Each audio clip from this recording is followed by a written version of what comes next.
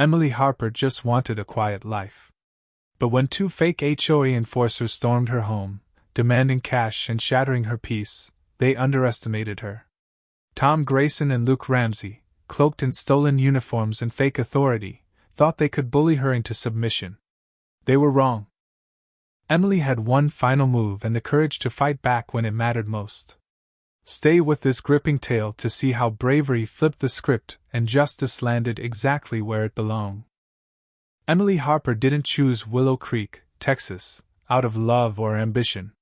After her divorce left her raw and reeling, she needed a place to disappear, a place where pitying glances wouldn't follow her.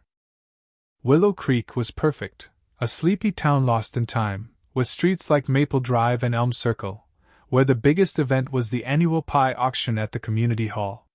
Her small, one-story house sat at the edge of a cul-de-sac, its faded yellow siding and creaky porch humble but hers.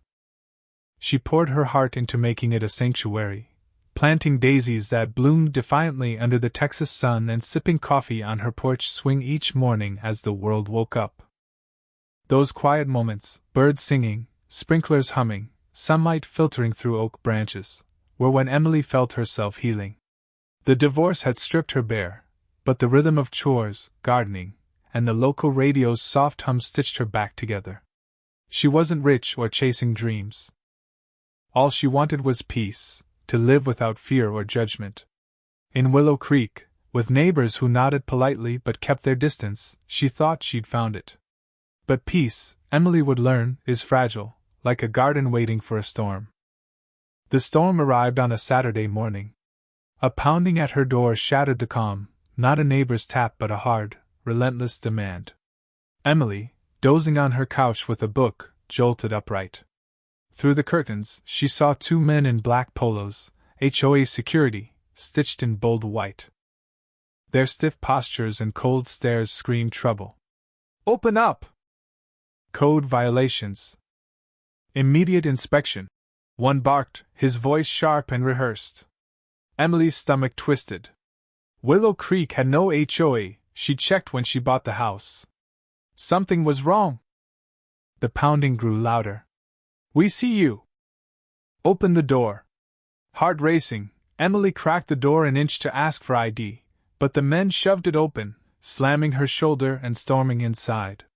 Tom Grayson, tall with a buzz cut and a sneer, barked orders. Luke Ramsey, stocky and restless, scanned the room like a predator. They didn't act like officials. They acted like men who took what they wanted. Emily's voice trembled as she stammered. "This is a mistake." Tom grabbed her wrist, his grip biting.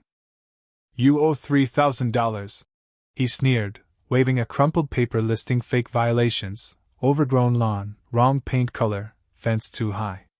Her lawn was neat, her fence unchanged, and there was no HOA. Luke prowled to a shelf, picking up a framed photo of Emily and her late mother, a memory she clung to. With a smirk, he hurled it against the wall. The glass shattered, the frame crumpled, and something in Emily broke too, not just a photo, but a piece of her heart. Shock pinned her in place, her mind screaming to act, but fear held her like chains. The men tore through her home, scattering mail, toppling blankets, and rifling drawers with casual cruelty. Each act cut deeper, fueling a spark of anger beneath her fear. Tom loomed over her, pressing the fake fine notice against her cheek, its edge scraping her skin. "Cash or get out," he spat. The contempt in his voice lit a fuse inside Emily. This wasn't just about today. It was every time she'd been dismissed, every moment she'd felt powerless. The fear burned away, replaced by a cold, steady rage. She thought of the handgun her friend Sarah had given her after the divorce, tucked in her nightstand. "Just in case," Sarah had said. Emily had hoped she'd never need it. Now she knew she did. She took a shaky step toward her bedroom, eyes down, breathing even, hiding the fire in her chest. The men, smug in their dominance, barely noticed. Collapsing to the floor, Emily sobbed, some tears real, some staged, as she crawled toward the hallway. Tom laughed, giving her a mocking kick to the ribs, not hard, but enough to humiliate. "Where are you going, sweetheart?" he taunted. Emily didn't answer. She reached her bedroom, lunged for the nightstand, and yanked open the drawer.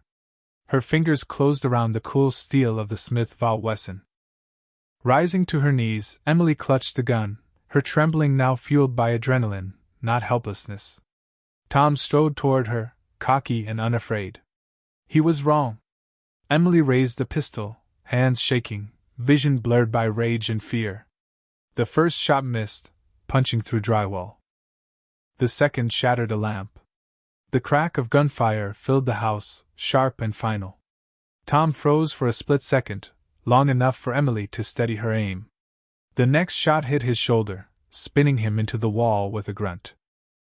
Luke lunged, wild and desperate, but another shot caught his thigh, dropping him with a cry. In seconds, the power shifted.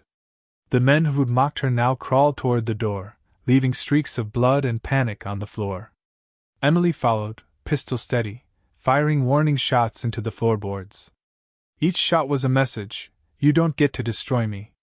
You don't get to win. Tears streamed down her face, but her hands didn't waver.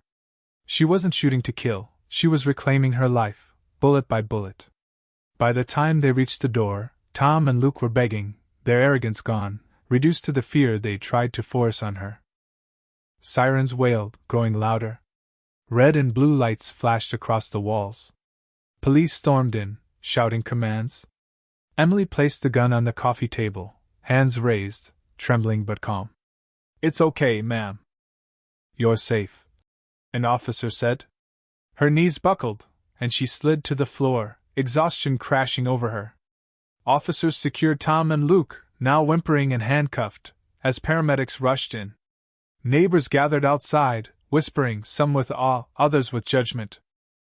A detective, calm and steady, took Emily's statement. She recounted the fake HOA, the threats, and the shattered photo. Evidence piled up, counterfeit documents, no HOA records, bruises on her wrist, a neighbor's camera capturing the chaos. "You acted lawfully," the detective said. "No charges." Relief washed over Emily, but the weight of survival lingered. The truth unraveled fast.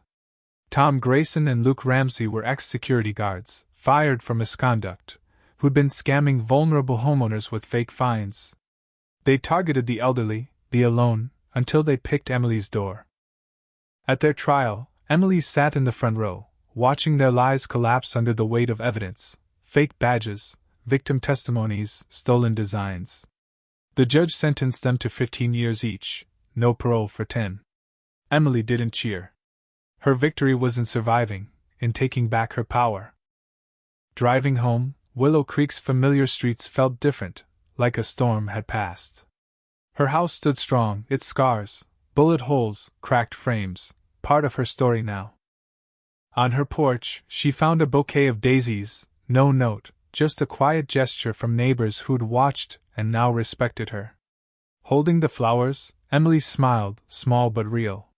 She hadn't wanted to fight, but when monsters came, she stood her ground. Her home, her peace, was hers again. This story raises tough questions. Was Emily's response justified, or did she go too far? Could she have escaped without violence, or was her stand the only way? Drop your thoughts in the comments below. Let's debate the line between self-defense and retribution.